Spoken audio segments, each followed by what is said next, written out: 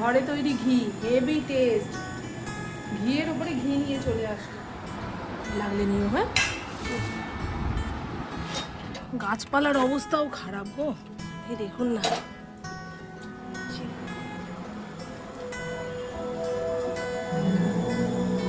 March মাসে আমাদের ঘরের সবাই অসুস্থ, খালি ওষুধ ওষুধ ওষুধ ওষুধ, ডাক্তার ডাক্তার এই করে কাটলো। এবারে এপ্রিল মাসটা শুরু হওয়ার সঙ্গে সঙ্গে ঘরের জিনিসপত্র ভেঙে যাচ্ছে, নষ্ট হয়ে যাচ্ছে, এই চতুর্দিকে ভাঙাচোরা জিনিস দেখছি, আরও কেমন কেমন যেন লাগছে। কালকে রাতে আমার ফোনটা খারাপ হয়ে গেল, এখন জানি না এটা ঠিক হবে কি না। ইন্দ্রকে সকালবেলা বললাম, গুরুত্ব দিয়ে শুনলো না। আমার মানে কষ্টের কথা কেউ যদি গুরুত্ব দিয়ে না শোনে না, মাথাটা গরম হয়ে যায়। এমনিও বলি না কাউকে কষ্টের কথা। ফোন খারাপ হয়ে যাওয়া মানে বুঝতে পারছেন? হ্যাঁ, পুরো অন্ধ হয়ে বসে রয়েছি। কাল রাত্রির থেকে কিছু দেখতে পাচ্ছি না, শুনতে পাচ্ছি না। আর আমার এই ফোনটা তো শুধু ভিডিও করার জন্য, না এর মধ্যে সিম আছে না কিছু আছে। আর ক্ষণে ক্ষণে ওই ভোট প্রচারের গাড়ি যাচ্ছে, তারপরে বিভিন্ন দলের কর্মীরা এসে কাগজপত্র দিচ্ছে, মেলাচ্ছে, আমার হরিণ চেঁচাচ্ছে। এই সকাল থেকে এইভাবেই কাটলো। তা চিকেন দিয়ে গেছে। আজকে সকাল থেকে কেমন মেঘলা মেঘলা আকাশ, মানে রোদটা সেই গনগনে ভাবে ওঠেনি। এরকম মেঘলা মেঘলা ওয়েদারে না গুমোট গরমটা বাড়ে। আর ওইখানে দেখুন সূর্যমুখী ফুলগুলো, সূর্যমুখী ফুল নাকি সূর্যের তালে তালে মুখ ঘোরায়। ওই দেখুন, দেখেছেন? যখন সূর্যের মুখ যেদিকে, ওই ফুলের মুখও সেদিকে হয়ে যায়। আজকে সুজাতা দুপুরে বাসন মাজতে আসবে না, বলে গেছে ওর ছেলের কাছে যাবে। আজকে অত বাসন পড়েও না, রবিবারে শুধু মাংস ভাত হয় তো, অত বাসন কোসন পড়ে না। কালকে সকালে একবার মেজে দিয়ে গেলেই চলবে। চলেন বন্ধু, আমি একটু চা বানিয়ে খাই। আর চিকেনটা জলের মধ্যে দিয়ে রাখলাম যাতে রক্তটা জমাট বেঁধে না যায়। এখানে খালি বোতলগুলো রেখেছি, পুপু যদি দয়া করে ভরে দেয় তো ঠিক আছে, আর না হলে আমাকেই ভরতে হবে। এই গরমে জানেন, আমি ঘরে যত প্লাস্টিকের বোতল তোলা ছিল সব বের করেছি, উপরে ঘুরেও রয়েছে। আর এই প্লাস্টিকের বোতলে জল ভরে বালতির মধ্যে নিয়ে ঘরে রাখছি। দুপুরে এসিটা চলছে, ওই এসির ঠান্ডাতে বোতলের জল বেশ ঠান্ডা হয়ে থাকছে। পুপু রোজ সকালে ঘুম থেকে উঠে বলে, কি খাবো কি খাবো, বেকারি কাকার থেকে রুটি রাখতে পারো না, একটু বাটার টোস্ট বানিয়ে খেতে পারি। তা ওনার কাছে ওই স্লাইস পাউরুটি ছিল না, এই পাউরুটি ছিল, দুটো রেখেছি, কাল থেকে রয়েছে। পুপু খা পুপু খা, দৌড় খাবো না, দৌড় খাবো না। মানে ঘরে যখন যেটা নেই তখন সেটা খেতে ইচ্ছা হবে, আর এনে রাখলে খাওয়ার লোক পাওয়া যাবে না। কালকে একটা আমি খেয়েছি, আবার এটা আমাকেই খেতে হবে। তাহলে ভাবুন, এই চাপা দিয়ে রাখলাম নষ্ট না হয়ে যায়। আগে একটা টাইমে আমি একা থাকতে পারতাম না, জানেন? একা থাকতে যে আমার কি বিভৎস খারাপ লাগতো। আমি ওই একা থাকতাম, টিভিটাকে চালিয়ে দিয়ে রান্না বান্না করতাম, কিংবা কানের সামনে মোবাইলের কিছু চালিয়ে দিয়ে রান্না করতাম, যাতে মনে হয় যে আমার আশেপাশে কেউ একজন আছে, আমার সঙ্গে কথা বলছে। কিন্তু এখন পুরো পুরো পরিবর্তন, পুরো পরিবর্তন। মানুষ কেমন বয়সের সঙ্গে সঙ্গে পরিবর্তন হয় সে নিজেকে দিয়েই বুঝতে পারছি। এখন আমার বেশি লোকজন ভালো লাগে না, বেশি ভিড়ভাট্টা ভালো লাগে না। মনে হয় আমি একার মতন একা সময় কাটাবো। একার মতো একা সময় কাটালে না নিজেকে অনেকটা বোঝা যায়, আমি কি চাইছি, আমার মানে আমার কি দরকার। আর আশেপাশে যত মানুষ থাকবে, যত সম্পর্কের মধ্যে নিজেকে জড়িয়ে ফেলবেন, তত সবাইকে খুশি রাখতে হবে। ওই খুশি রাখতে গিয়ে দিনের শেষে নিজেই আনন্দি হয়ে যাবেন, তাই না? ও অনেক হয়ে গেছে, বছর 40-এর পর থেকে না নিজেকে একটু মানে একা রাখা দরকার, নাহলে মুশকিল। আর এই দেখুন, জানলার সামনে যে অপরাজিতা ফুলের গাছটা লাগিয়েছি, প্রত্যেক দিন 2-3টে করে অপরাজিতা ফুল ফুটছে। আরও ভালো রোদ্দুর পেলে জানলাটা ঝাপড়া দিয়ে উঠবে। রান্নাঘরে নাকের সামনে কিছু পুড়লে টের পাওয়া যায় না। এই চাল ধোয়া জলটা পাঞ্ছার বাগানে যে দুটো গাছ লাগিয়েছি সেই গাছের গোড়ায় দিয়ে দিই। গরমে রোদে গাছপালার অবস্থাও খারাপ গো, এই দেখুন না, শিউলি গাছটা ধরে গেছে। মাটির সঙ্গে ধরে নিয়েছে। ফড়িংয়ের ভয়ে ঘর থেকে 1 সেকেন্ডের জন্য বেরোতে পারি না। গেটটা দিয়ে তারপরে যেখানে খুশি সেখানে যাও। ওই শুরু হয়ে গেল। আগের দিন গোটা ধনিয়া জিরা বাটা দিয়ে চিকেন রান্না করেছিলাম, বেশ ভালো খেতে হয়েছিল গো। আজকেও সেই একই মশলা দিয়ে রান্না করব, কারণ রসুনের পরিমাণটা কম দিয়েছি। মাংস অল্প একটু, বেশি মশলা লাগবে না। টমেটোটা একটু বেশি করে দেব। দই রয়েছে রান্নার মধ্যে, দই দিলে জিনিসটা গুঁড়ো হয়ে যায়। ঠিক আছে। আর কি দেবো? একটু লঙ্কার গুঁড়ো দিই। মাংসর ঝোলে একটু কালার না আসলে দেখে আর খেতে ইচ্ছা করবে না। ঠিক আছে। এখানে যা মশলাপাতি নেওয়ার নিয়ে নিয়েছি।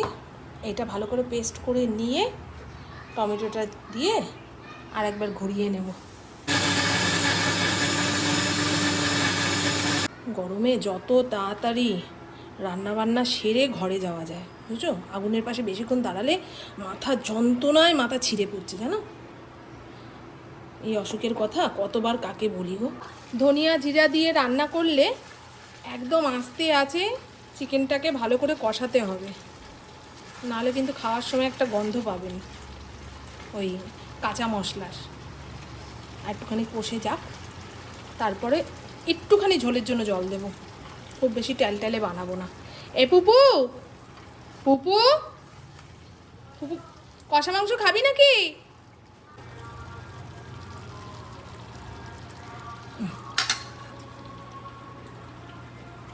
কেমন হয়েছে না?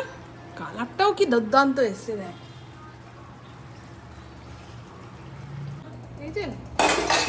রান্নাঘরের বোর্ডের অবস্থা দেখুন, সব ভেঙে চুরে নিচের দিকে নেমে যাচ্ছে। ইন্দ্র দেখে বলছে ইচ্ছা করে ভাঙছো নাকি? আমি না গো, এক্ষুনি কিছু যখন হবে না তো ভেঙে চুরে লাভ কি আমার? আমি তো জানি ইন্দ্রর কাজকর্ম একটু হালকা হয়ে গেলে বাড়িতে থাকতে পারবে, থেকে দেখিয়ে দিয়ে কাজগুলো করাতে হবে, বুঝেছেন? আমি তো অতটা বুঝি না। না বন্ধ হচ্ছে না, খুলতে পারছি। আর গত পরশুদিন আমি হেনা করেছি, ভেতরে ভেতরে যত পাকা চুল ছিল সব লালচে রং ধরে গেছে। আর সামনের টুকু হেয়ার ডাই দিয়েছি কালো। সামনের চুলগুলো লাল হয়ে গেলে মনে হয় কি টাক বেরিয়ে আসছে, বুঝলেন? সব চুল পেকে গেছে। আমার বাপের বাড়িতে সবার চুল পাকা। আমার ভাইরা মনে হয় মায়ের পেট থেকে পড়েছে পাকা চুল নিয়ে, বুঝেছেন? আমার বাবার সব চুল পাকা ছিল, বাবু হেয়ার ডাই করতো। আমার কাকারাও সব পাকা চুল নিয়ে ঘোরে। ওরা আবার হেয়ার ডাই করতে পারে না, অ্যালার্জি হয়ে যায়। কি বলুন তো, পাকা চুল সবাইকে মানায় না। আর কয়েক বছর যাক, কোনো হেয়ার ডাই দেবো না। আমার যে বয়স হচ্ছে সেটা এই পাকা চুল দেখে দেখে উপভোগ করবো, ঠিক আছে? হয়ে গেছে। বাসনের গামলাও খালি করে নিয়েছি, একদম অল্প বাসন পড়েছে। এগুলো গামলার মধ্যে উপর দিয়ে ফেলতে পারলে রান্নাঘরটা হালকা হয়। সন্ধ্যের সময় ওই সিঙ্কের ওখানে এটো বাসন দেখলে মন খারাপ হয়ে যায়। আর কয়েকদিন আগে অ্যাকোয়াগার্ড খারাপ হয়ে গেছিলো। ও বাবা, রাতের দিকে খারাপ হয়ে গেছে। আমি তো আলাদা করে জল ভরে রাখি না, ওই অ্যাকোয়াগার্ড থেকে জল ভরে ভরে খেতে হয়, ব্যাস হয়ে গেল। সারা রাত কোথা থেকে জল পাবো, কিভাবে জল খাবো, এই ভাবতে ভাবতে ইন্দ্র আবার ওর অফিসের ছেলেদের ফোন করলো যে কটা কেনা জলের বোতল দিয়ে যেত। সেগুলো দিয়ে রাত কেটেছে। সকাল হতে না হতে ওই অ্যাকোয়াগার্ড যে ঠিক করে সেই ছেলেটাকে খবর দিয়ে জিনিসটা ঠিক করালাম। বলছি না, এই এপ্রিল মাসটা যেন সব ভেঙে চুরে খারাপ হয়ে মানে সংসারের অবস্থা তছনছ। ইন্দ্র যে বাজার থেকে পাতিলেবু এনেছিল সব একেবারে কেটে কৌটোতে ভরে ফ্রিজে রাখি, তাহলে অনেক দিন ভালো থাকবে। নাহলে না শুকিয়ে যায়। গরমকালে লেবুর চাহিদা হেভি। আর এখানে স্যালাড বানিয়েছি। প্রভু ইন্দ্র কাঁচা পেঁয়াজ খেতে চায় না, তবে আমার স্যালাডের মধ্যে কাঁচা পেঁয়াজের গন্ধটা খুব ভালো লাগে, তাই ছোট ছোট দুটো কাঁচা পেঁয়াজ দিয়েছি, শসা আর এক টুকরো পাতিলেবু দিয়েছি। গন্ধরাজ লেবু বের করতে হবে ভাতের সঙ্গে মেখে খাওয়ার জন্য। আর এই হলো লাল লাল আলু দিয়ে মুরগির মাংস, চিকেন। এই মাংস কথাটা এখন খুব কানে লাগে জানেন। আর এখানে 2 বেলার ভাত করে রেখেছি, দুপুরে খাওয়া দাওয়ার পরে জল ঢেলে রাখবো। আর এই তো দেখালাম স্যালাড। এখনও রান্নাঘর পরিষ্কার করা হয়নি, ইন্দ্র তো চলে এসছে। ফড়িংয়ের ভাতটা বেড়ে ঝুড়াতে দিই।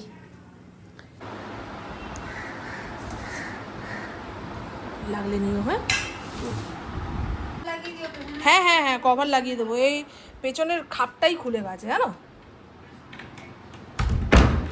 তাই এটা 6 বছর বয়স।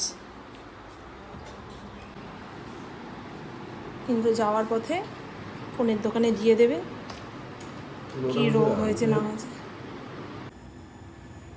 গুড ইভিনিং, শুভ সন্ধ্যা। ঘড়ির কাঁটা 6টার ঘরে। ইন্দ্র মাঝখানে একবার এসে ঘুরে গেছে, তারপর ফোন আসলো, আবার বাইরে কি কাজ সেরে ঠেরে আসলো। কি নিয়ে জানেন? সিঙ্গারা আর মিষ্টির দোকানের ঘি। আমরা তো ওই হরিণঘাটার ঘিটা খাই, তা মিষ্টির দোকানে ঢুকে সিঙ্গারা আনছে। তা দোকানদার বলেছে এই ঘিটা নিয়ে যান দাদা, ঘরে তৈরি ঘি, হেভি টেস্ট। ঘিয়ের উপরে ঘি নিয়ে চলে আসলো। দেখো অবস্থাটা।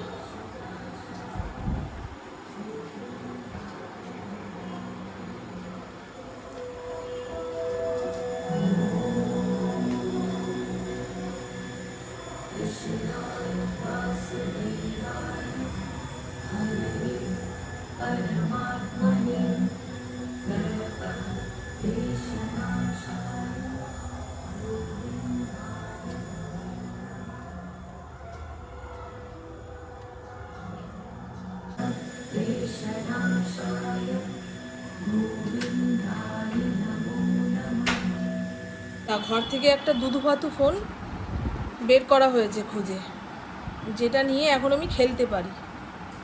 আরে আজকে সারাদিন একটুও সানডে সাসপেন্স শুনিনি। যতই বলি ফোন আমার অত কাজে লাগে না, ফোন না হলেও চলে, এই আজকে সারাটা দিন হাতে ফোন নিইনি, মনে হচ্ছে বহির্জগৎ থেকে আমি বিচ্ছিন্ন। সেখানে এনেছে সিঙ্গারা, বলেন তো। ওয়াশিং মেশিন থেকে সব জামা কাপড় বের করে রেখে দিলাম। এই দরজাটা যখন আমরা বের করছিলাম বাথরুম ভেঙে, তা আপনাদের মধ্যে অনেক বন্ধু বলেছিলেন যে কেউ ঘরের দেওয়াল ভেঙে দরজা বের করে, তোমাকে এই প্রথম দেখলাম। বুঝেছেন? এখন এই দরজাটা আমাদের যে কত কাজের, কত সুবিধার। ইন্দ্রও বলে যে 8খানা বছর মামুন বুঝতে পারিনি যে এখানে একটা দরজার দরকার। এই পাশে ওই পাশে গ্রিল দেওয়া থাকে, ফড়িং নিজের মতন করে এদিক ওদিক করছে, ঘুরছে ফিরছে, টয়লেট করছে, পটি করছে। সুভাষদা এসে সকালবেলা বাড়ির চারপাশ পরিষ্কার করে নিয়ে যাচ্ছে।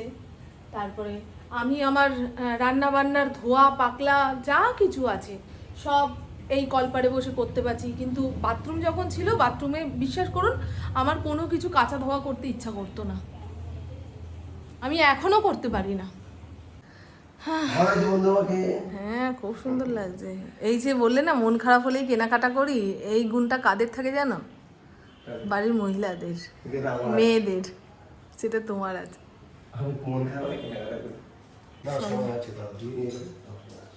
কাকে দিতে যাচ্ছ? সিঙ্গারা ভুল করে এনে ফেলেছে, আমার জন্য একটা রেখে এখন বাইরের লোককে দিতে গেল। রবিবারে এত তেল মশলা ঝাল রান্না খেয়ে বিকেলের পরে পেট সাই দেয় না গো, তাও আমি একটু লোভে পড়ে রাখলাম। আর এই তো বন্ধু, পুপু ইন্দ্র রাতে ভাত খাবে, তো একটু আলু ভাজা করে দিই। আমার ভাত খাওয়া হয়ে গেছে, ঘড়ির কাঁটা 9টার ঘরে। আমি একটু তাড়াতাড়ি না খেলে না রাতের খাবারটা হজম করতে পারি না। এই যে আলু কেটে ধুয়ে লবণ মাখিয়ে রেখে দিয়েছি, জলটা ঝরে গেলে অল্প তেলের মধ্যে ভাজা হয়ে যাবে। আর এই 1 বালতি ছোট আলু এনে রেখেছিল, এই ছোট আলু ভেজে ভেজেই খেলাম। বড় আলুগুলো না অল্প তেলে ভাজতে গেলে ভেঙে চুরে যায়। শেষ হলে ইন্দ্রকে বলবো আবার এনে রাখো। ছোটো আলু চোকলা শুদ্ধ ভেজে তুলবো, একদম ঝরঝরা হবে। চলুন, কতটুকু তেল দিয়েছি, আর এই কড়াইটাও খুব ভালো, খুব ভালো। কাজগুলো ছিল সেগুলো করে ফেলেছি। গরমে বারবার ক্যামেরা অন করে আপনাদের সামনে আসতেও পাচ্ছি না, আর কাজকর্ম দেখাতেও পাচ্ছি না, জামা কাপড়ের অবস্থা ঠিক নেই। তো চলুন বন্ধু, হ্যাঁ, আমার বকবক আজকের মতন এইটুকুই। আপনারা সবাই খুব খুব খুব ভালো থাকবেন, নিজের শরীরে খেয়াল রাখবেন, সুস্থ থাকবেন, আর অল টাইম স্মাইল করতে হবে। টাটা, খুব ভালো থাকবেন, বেশি করে জল খাবেন, ফল হজম হলে ফলও খাবেন। এখন ওই তেল মশলা ঝাল যতটা কম খাওয়া যায় ততটাই ভালো, শুধু রোববারটা, নাহলে আমরাও একদম হালকা ফুলকা খাচ্ছি। বাজার থেকে একদম ফ্রেশ সবজি আনতে বলছি, তাই দিয়ে যা রান্না হয় করা যায় সেটাই করার চেষ্টা করছি, শর্টকাট।